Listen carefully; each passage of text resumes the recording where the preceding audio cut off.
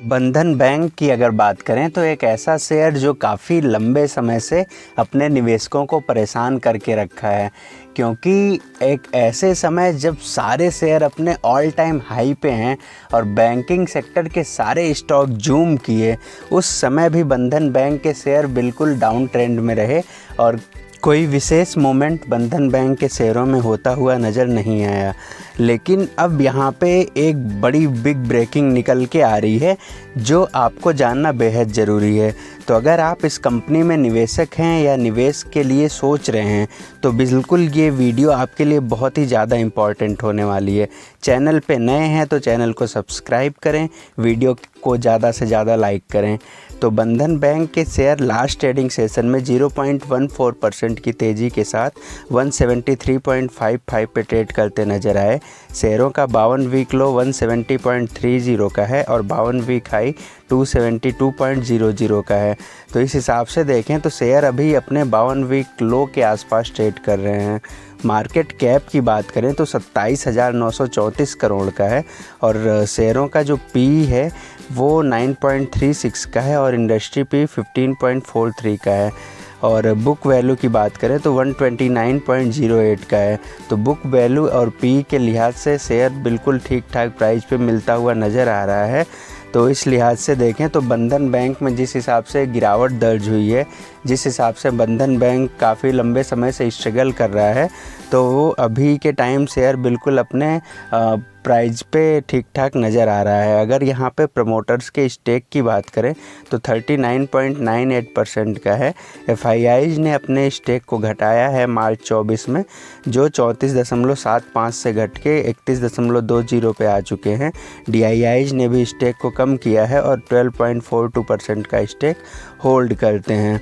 तो यहाँ पे जो बड़ी खबरें निकल के आ रही हैं, एक एक को जानेंगे तो बहुत ध्यान से आगे की वीडियो आप देखें। अभी के टाइम ये जो सारी प्रॉब्लम शुरू हुई ये 5 अप्रैल को शुरू हुई, जब बंधन बैंक के सीईओ चंद्रशेखर घोष ने ये बताया कि वो यहाँ से अब रिज़ाइन देने वाले हैं या रिटायर होने वाले हैं।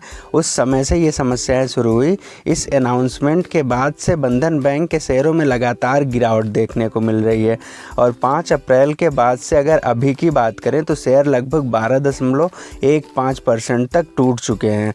और अगर बिजनेस टुडे की एक रिपोर्ट के अनुसार हम बात करें तो आरबीआई जो है वो बंधन बैंक के जो सीईओ थे चंद्रशेखर घोष, उनके कामकाज से खुश नहीं है और इन्होंने इनके जो नेतृत्व करने का नज़रिया उस पर भी सवाल खड़ा किया था आरबीआई ने, क्योंकि बैंक का बोर्ड उन्हें चाहता था कि इनकी जो नियुक्ति है वो 5 साल के लिए करें, लेकिन यहाँ पे आरबीआई ने हस्तक्षेप किया और उन्होंने बैंक के सीईओ चंद्रशेखर घोष की जो नियुक्ति थी उसे 3 साल के लिए कर दिया। और उसी के साथ साथ बंधन बैंक के जो ब्रांच विस्तार पे भी आरबीआई ने रोक लगा दी और चंद्रशेखर के जो सैलरी थी उस पर भी रोक लगाई कि आप कम से कम सैलरी उठाओ।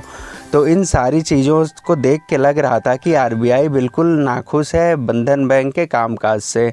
ये खबरें भी बंधन बैंक के शेयरों को काफ़ी इम्पैक्ट की, जो आरबीआई का रवैया रहा बंधन बैंक को लेके। तो अब जो एमडी सीईओ रिटायर हो रहे हैं, इस्तीफ़ा दे रहे हैं, उससे जुड़े एक बड़ी खबर जो निकल के आ रही है। तो यहाँ पे एक जो फर्म है एगॉन जेंडर, इनको बैंक में जो शीर्ष पद के लिए उम्मीदवारों की पहचान के लिए इनको नियुक्त किया गया है कि आप बैंक के लिए सीईओ एमडी सीईओ अच्छा से अच्छा ढूंढो। और एजेंसी ने बताया कि इनको थोड़ा सा टाइम लगेगा बैंक के एमडी सीईओ के नाम को शॉर्ट लिस्ट करने में, क्योंकि एक बहुत बड़े बैंक के लिए एमडी सीईओ अपॉइंट करना है। तो ये एक बड़ी खबर निकल के आ रही है। तो अब सब कुछ ये डिपेंड करने वाला है कि अगर ढंग का एमडी सीईओ यहाँ पे आ जाता है तो बंधन बैंक के दिन बहुत जल्द फिरते हुए नज़र आएंगे। अब यहाँ पे जो एक्सपर्ट की ओपिनियन है, एक्सपर्ट सोमेश कुमार के हिसाब से बात करें तो बंधन बैंक अभी अपने रिकॉर्ड डाउन ट्रेंड में है और अगर ये शेयर यहाँ से 205 रुपये के लेवल तक जाता है तो शेयर बहुत जल्द 230 से 240 रुपये के लेवल को बहुत जल्द दिखाता हुआ नज़र आएगा। और जैसा कि एमडी और सीईओ के लेवल पे बंधन बैंक में बहुत बड़े बदलाव की उम्मीद नज़र आ रही है, तो सब कुछ डिपेंड करता है। अगर यहाँ पे अच्छा एमडी सीईओ मिल जाता है तो ये चीज़ें बहुत जल्द होती नज़र आएंगी। स्वास्तिक इन्वेस्टमार्ट रिसर्च की जो हेड संतोष मीना जी की अगर बात करें तो उन्होंने बताया कि जो ये लेवल है इस समय बिल्कुल कोविड के टाइम का लेवल बंधन बैंक में आ चुका है। तो थोड़ा सा यहाँ पे शेयर स्ट्रगल करते हुए नज़र आएंगे और अगर यहाँ से शेयर थोड़ा बहुत रिकवरी करके 200-210 रुपये के आसपास पहुँच जाता है तो ये शेयर बहुत जल्द 250 रुपये के टारगेट दिखाता हुआ नज़र आएगा, क्योंकि अगर 200 का क्रूशियल लेवल ये अगर ऊपर जाता है तो उसके बाद यहाँ शेयरों में अच्छा मोमेंट देखने को मिल सकता है।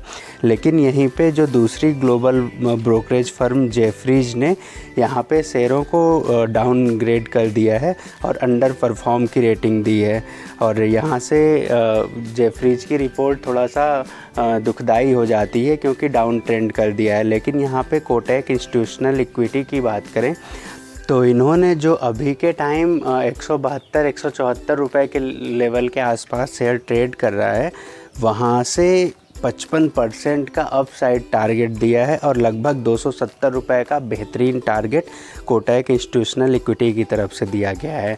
तो यहाँ पे जैसा हम देख सकते हैं अभी के टाइम कुल मिला के जो मैटर निकल के आ रहा है कि अगर ढंग का एमडी सीईओ नियुक्त हो जाता है तो शेयरों में बहुत अच्छा बुलिश मूवमेंट देखने को मिलेगा।